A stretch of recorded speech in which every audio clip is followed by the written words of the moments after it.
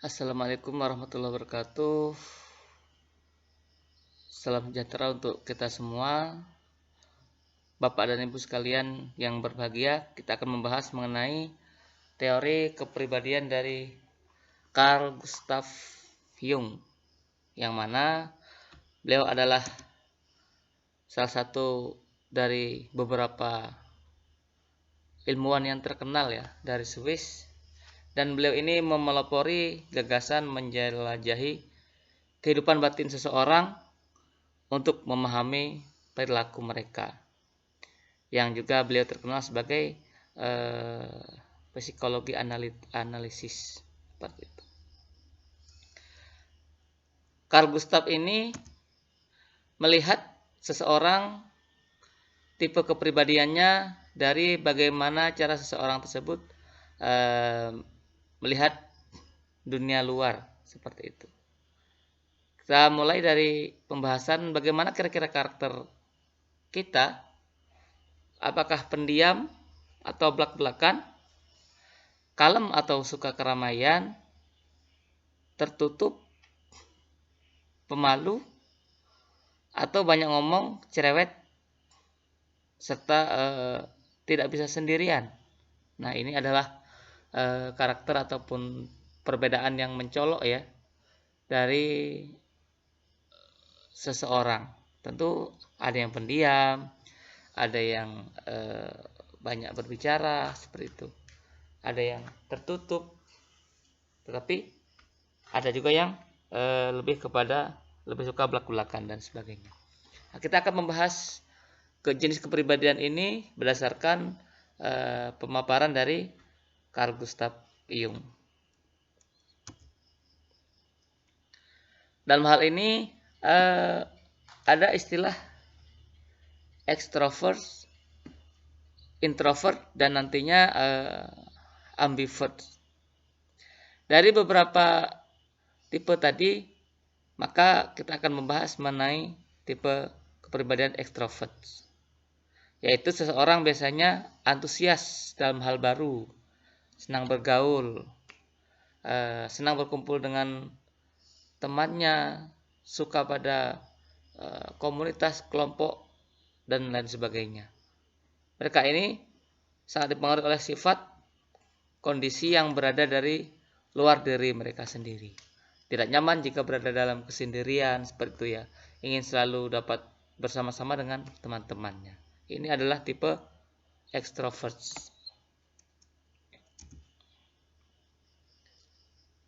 Pada tipe ini, kegiatan sosial seperti interaksi dengan orang lain dan berkumpul itu sesuatu yang menyenangkan. Seseorang menjadi lebih termotivasi, lebih bahagia ketika berkumpul dengan teman-temannya. Apakah Bapak dan Ibu sekalian seperti ini? Nah, silahkan disimak ke masing-masing karakteristiknya.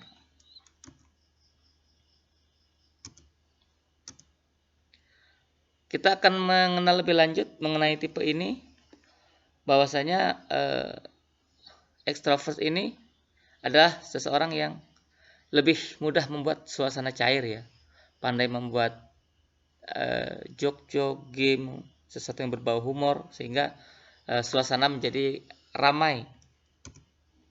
Lalu itu akan membuat dia cepat populer di mata teman-temannya. Dia juga adalah pembicara yang handal, pembicaranya mampu menarik perhatian dari teman-temannya, dan dia juga menjadi pusat perhatian. Kira-kira seperti itu. Serta semua itu dapat ia lakukan dengan mudah karena memang memiliki tingkat kepercayaan diri yang lebih baik seperti itu. Dia dapat membuat guyonan, lalu membuat dirinya menjadi daya tarik dari teman-temannya. Itu karena kepercayaan diri yang ia miliki cukup besar. Selanjutnya, pandai berinteraksi dan bersosialisasi, mudah bergaul, tetapi memiliki kecenderungan spontanitas dalam perbuatan, ucapan, dan sebagainya. Sehingga tidak jarang mungkin ucapannya menyinggung temennya seperti itu ya. Tetapi pandai pula dia cepat membuat suasana itu tidak kaku ataupun tegang, meskipun mungkin ada salah ucap dan sebagainya, bisa dicairkan, kira-kira seperti itu. Ini adalah beberapa tipe dari kecenderungan kepribadian ekstrovert. Apa kekuatannya? Dalam sebuah keramaian, maka seseorang dengan tipe ekstrovert ini dapat berperan dengan lebih maksimal. Bagaimana dengan tipe introvert? Tipe ini cenderung menyukai ketenangan, reflektif terhadap apa yang mereka lakukan, sering menimbang-nimbang ulang apakah yang saya lakukan tadi sudah benar, apakah tidak menyakiti teman, berhati-hati ya. Lalu lebih sering menyendiri dan memikirkan dirinya sendiri. Selanjutnya, dapat dikatakan juga seseorang introvert ini cenderung menjauhi interaksi dengan hal-hal baru, nyaman dengan sesuatu yang lama gitu ya. Kalaupun bergaul dengan teman-temannya, memilih dan hanya memiliki satu ataupun dua teman akrab yang kemana-mana hanya dengan itu saja, kira-kira seperti itu. Tidak nyaman berada di keramaian dan tidak mudah menjadi populer seperti introvert, seperti extrovert. Tetapi nantinya dalam kesendiriannya dia justru akan memiliki potensi demi potensi yang akan membuat dia pun menjadi populer seperti itu ya. Misalnya menjadi pelukis yang handal, lalu pencipta lagu yang menarik, lalu penulis yang baik dan sebagainya. Yang kesemuanya dapat ia ciptakan karena kenyamanannya berada dalam kesendirian. Bagaimana karakteristiknya? Dapat menebak karakter orang lain dengan lebih baik. Mengapa? Karena dia menyimak, menjadi pendengar yang baik, senantiasa peduli dengan detail, sehingga bisa menebak karakter dari seseorang. Selanjutnya, berpikir terlebih dahulu sebelum berbicara, berhati-hati seperti itu ya, tidak ceplas-ceplos, tidak spontanitas, sehingga terkesan ya tidak banyak berbicara seperti itu jika berada dalam keramaian. Selanjutnya, soliter serta dapat menyelesaikan segala sesuatunya secara mandiri, tidak gampang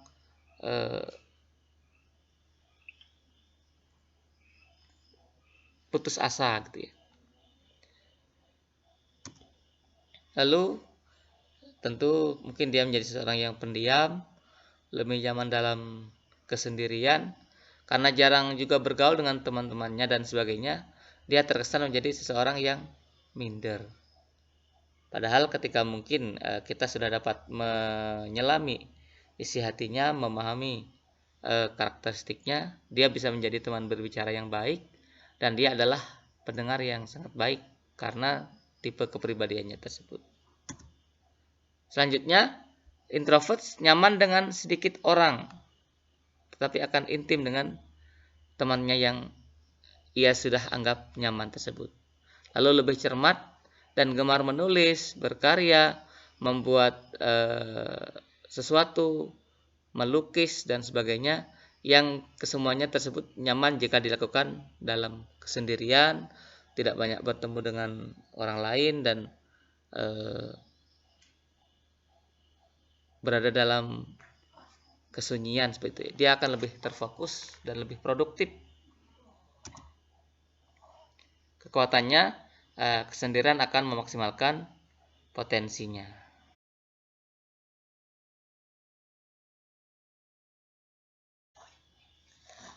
Selanjutnya adalah tipe kepribadian yang oleh Carl Gustav Jung itu disebut sebagai ambivert atau keseimbangan mix dari extrovert dan introvert.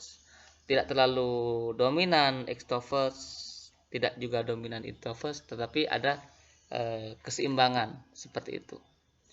Seseorang dengan kepribadian ini tergolong istimewa karena dapat menyeimbangkan antara bagaimana dia bersosial dengan orang lain dan juga bisa juga dia berada dalam kesendirian seperti itu ya.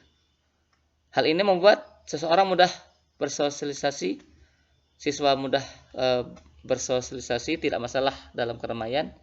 Juga terkadang dapat produktif dalam kesendiriannya, dapat asik jika beraktivitas sendiri di rumah atau di tempat-tempat tertentu, terlepas mungkin baru saja dia bersosialisasi dengan teman-temannya.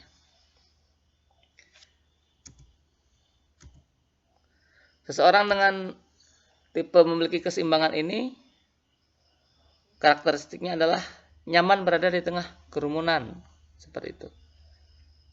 Tetapi tidak suka bila terlalu lama menyendiri. Dia bisa di tempat ramai, bisa menyendiri juga bisa, tetapi tidak dominan seperti itu ya. Tidak lama juga kalau menyendiri, pengen kumpul dengan teman lagi, nanti dapat asik sendiri lagi, seperti itu. Dapat segera menyesuaikan situasi ketika berbicara atau bersosialisasi dengan teman-temannya. Tergantung lawan bicaranya. Jika lawannya adalah ekstrovert, dia pun mudah mungkin bercerita lalu berkumpul beramai-ramai dengan teman-temannya, seperti itu. Tetapi dia juga mudah ketika bertemu dengan seseorang introvert. Dia dapat mengimbangi, dia dapat menyesuaikan dengan tipe kepribadian yang berbeda. Selanjutnya, terkadang memiliki ketertarikan dalam percakapan yang mendalam dan spesifik. Ini adalah salah satu tipe introvert ya. Percakapan yang mendalam, spesifik. Biasanya seseorang dengan tipe introvert itu ketika sudah berbicara, maka bawaannya pembicaraan tersebut menjadi mendalam gitu ya, akrab, intim, dan terkesan lama seperti itu. Tetapi sangat menarik sebenarnya ketika bercerita dengan seseorang dengan tipe introvert.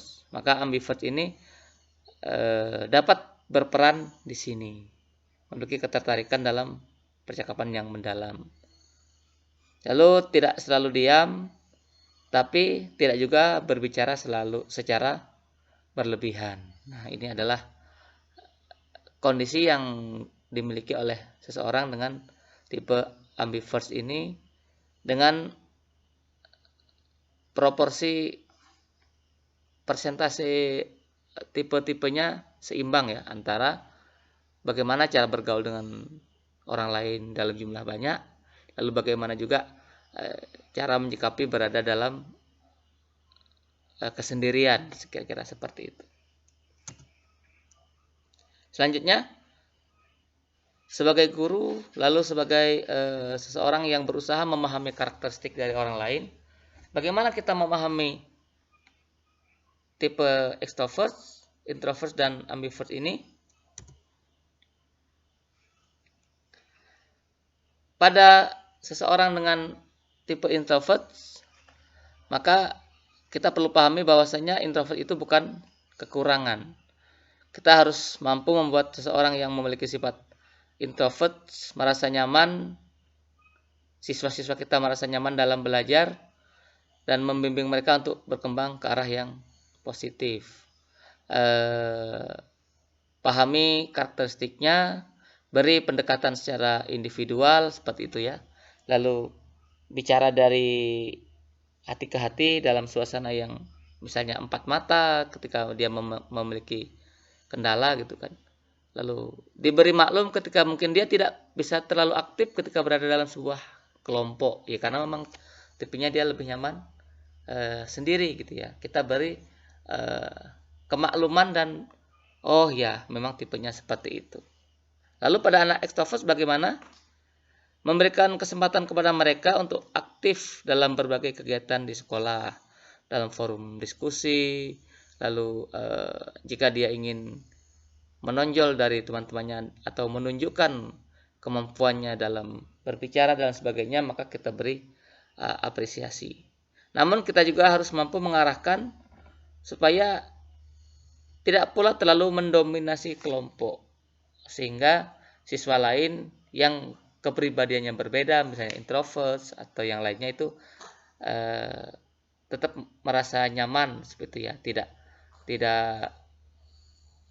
merasa tertekan atau merasa lebih baik tidak berada dalam suasana yang seperti ini, ya tidak seperti itu. Jadi cara menghadapi tipe kepribadian pada anak-anak di lingkungan sekolah kita. Bagaimana dengan ambivert?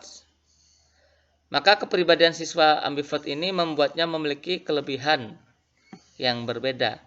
Ia cenderung merasa nyaman dengan kondisi yang penuh dengan interaksi sosial, dia tidak masalah.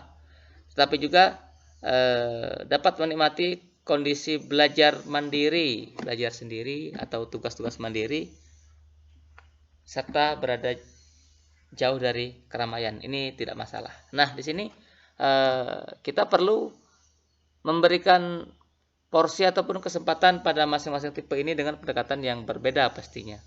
Tidak harus selalu menggunakan diskusi kelompok gitu ya, tetapi kita perlu fasilitasi juga bagaimana siswa tersebut tugas mandirinya kita seimbangkan, lalu pemberian pendekatan secara individual atau secara kelompok, lalu bagaimana kita membuat anak yang pendiam dengan tipe introvert ini dapat menyampaikan apa yang dia inginkan, bagaimana cara kita menggali agar mereka dapat menyampaikan kesulitannya gitu ya. Jika kita tanya, kalau pada anak extrovert itu tidak masalah ya, mudah saja dia mengemukakan pendapatnya di suasana kelas yang ramai dan sebagainya. Tetapi akan berbeda dengan anak introvert. Kita perlu menggali potensi dan mengarahkannya. Misalnya dalam lomba yang lebih bersifat individual, misalnya cipta puisi atau melukis gitu ya, atau lomba kaligrafi dan lain sebagainya. Itu cara kita memfasilitasi tipe dari kepribadian peserta didik kita. Demikian pembahasan kita mengenai tipe kepribadian dari Carl Gustav Jung. Mudah-mudahan bermanfaat dan terima kasih. Wassalamualaikum warahmatullahi wabarakatuh. Salam sejahtera untuk kita semua.